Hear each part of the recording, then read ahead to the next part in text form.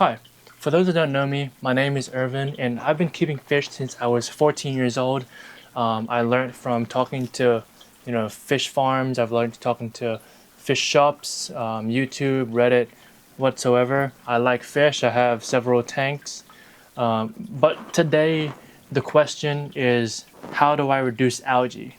And you don't have to be a full-on breeder. You don't have to be an aquascape artist of any means to know the tricks and tips and the secrets of how to deal with algae. First thing that I'm going to talk about that I find most beginner hobbyists struggle with is length of lighting. So algae is the result of excess nutrients in the water column. So essentially, all of the plants or all of the things that are in your tank are consuming the nutrients in the tank, and then if there's an excess of nutrients, then the biological bodies in the water will clump together and create algae. Okay, there's different types of algae. There's black beard algae, there's green algae, there's algae on the front of your screens, and essentially there's a couple of things you can do to fix that. Okay, and this video is particularly for like the beginners. That say your kid wanted a fish tank, you set it up, suddenly you have an algae bloom. The first thing you should do is look at where your tank is positioned. Are there windows around? Is there direct sunlight coming at it for hours on end? Because the sun provides nutrients. Okay, that's how plants grow. That's how things adapt. That's how things get produced, through the sun. Okay. The other thing you can do is, are you using live plants? I'm a big believer in natural scapes, that being replicating the aquatic environment in which the fish that you're taking care of are from. Okay, so for me, live plants do the job for me. They take in those excess nutrients that is in the water column. Okay, I was at a fish store one time and I was talking to this guy that was buying some hikari wafers, and I noticed he was buying hikari wafers, and I asked him if he had a pleco of some sort. He said he did, but then he proceeded to ask me what should he do about algae, because he thought plecos eat algae. Young plecos eat algae. Okay, don't get it twisted, they do, but they don't eat all of it. And I asked him if he had any plants. He said he did not have any plants. So essentially what was happening to his tank was his algae eater wasn't eating the algae, and the leftover nutrients in the tank was producing too much and essentially turning his tank green, turning his water green, and it wasn't aesthetic. So what can you do for that? Again, I asked him if there was a light nearby. He said yes. I asked him how long was his actual light going off for.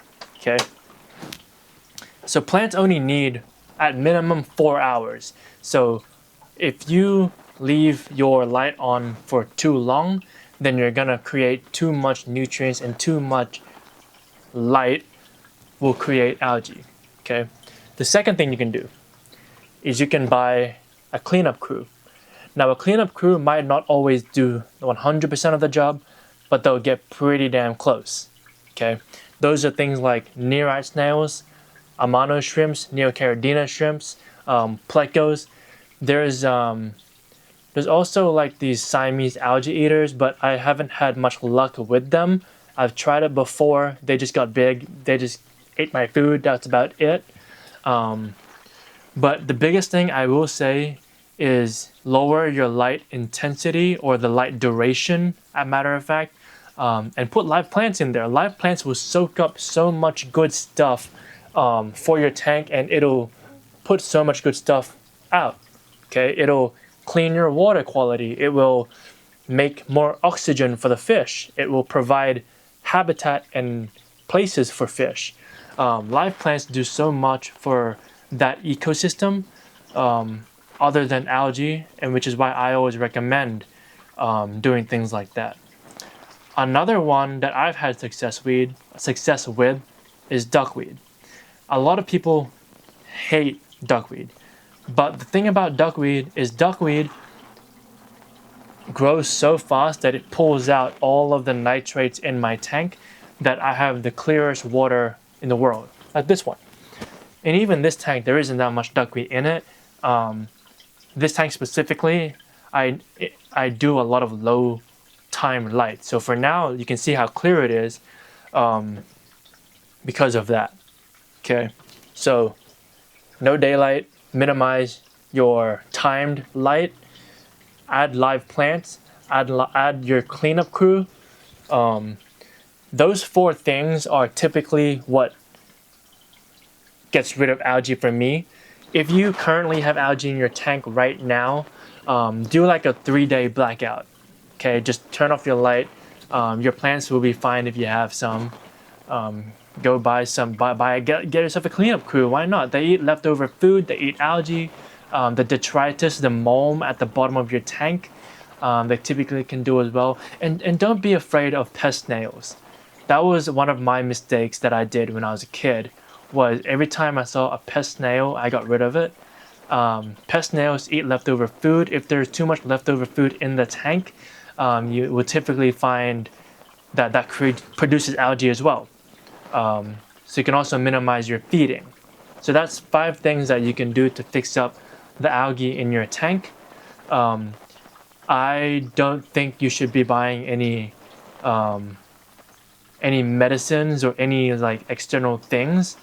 There's a couple of things I will say your tank does need. Things like seed chem stability, prime, tap water conditioner. I like AccuClear. I think AccuClear makes my tank really big, but that's a different video. Okay. So just to summarize, watch where your windows are in the daylight. Watch how long you have your light for.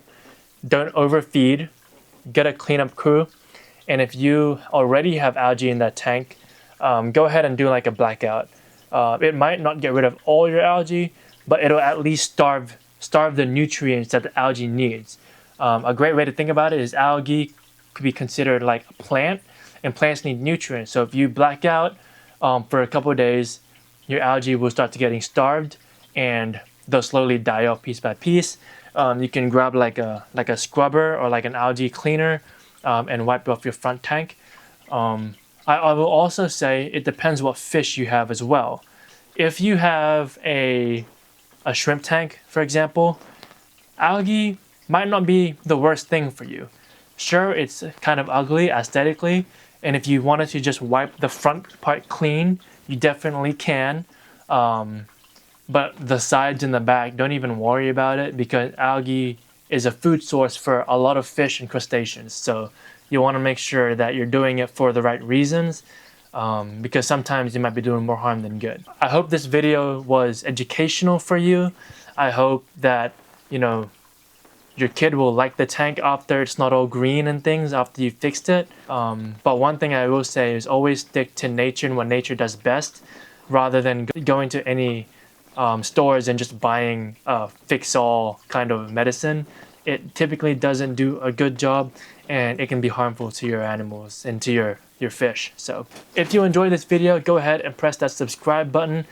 This is a fairly new channel, and I am just here to help other hobbyists alike and/or educate people that want to start getting into it and they might be researching or whatever. So use me as a resource. I'll be trying to upload more videos from here on out.